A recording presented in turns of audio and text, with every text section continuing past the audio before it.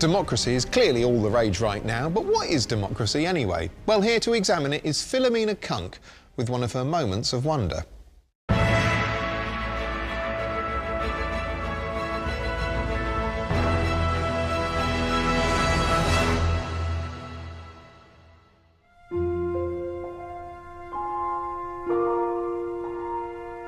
All of nature, apart from maybe daisies and waterfalls, is a brutal struggle for power. These horse monster things are using their wooden headsticks in a primal battle to decide which of them should be in charge. The winner will become king of the herd. The other will probably have to leave and find work as a different sort of animal. Unlike animals, we don't have to fight to decide who's in charge. Instead, we do a vote that would be pointless without something called democracy. Democracy was invented in ancient Greece by the ancient Greeks, probably after a vote. It's hard to imagine that this was the beginning of democracy. So to help you imagine, we've got 2 actors in expensive costumes and some other people in trainers and sheets slightly out of focus. Just like other Greek inventions like thick yoghurt, sodomy and triangles, democracy has taken the world by storm. Someone who didn't agree with democracy was Adolf Hitler.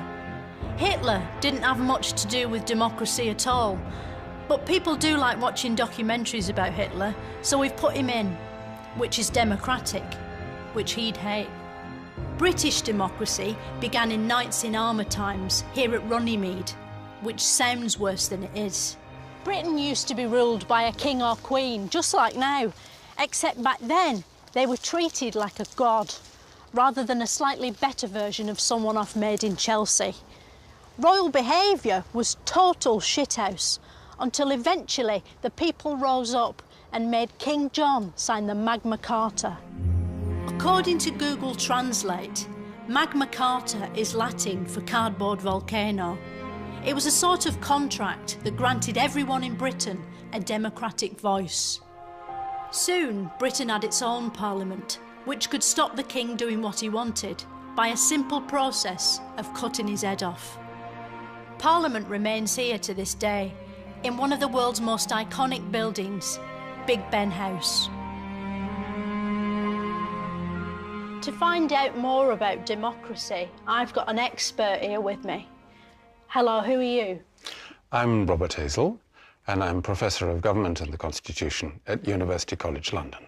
What makes democracy a better way to pick a Prime Minister than just letting them take turns? I'm not sure how this alternative system would work, where you say, we let them take turns. Well, if one does Monday, Tuesday, Wednesday, and then another Thursday, Friday, Saturday. And suppose we were running a company.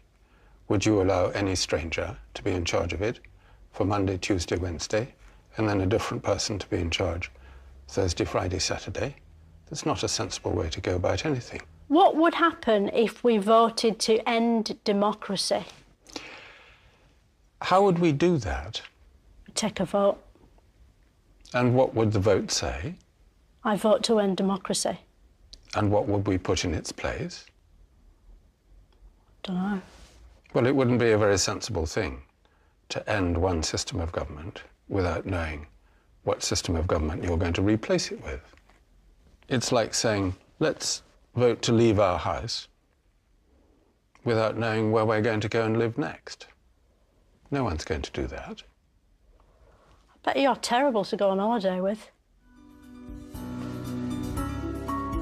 Election day is your chance to do democracy. You don't have to stand up and be counted. You can sit down and be ignored if you like, because that's your democratic right.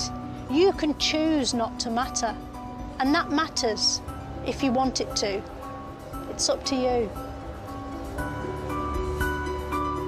Next time on Moments of Wonder, I'll be finding out how to get the noise out of plates.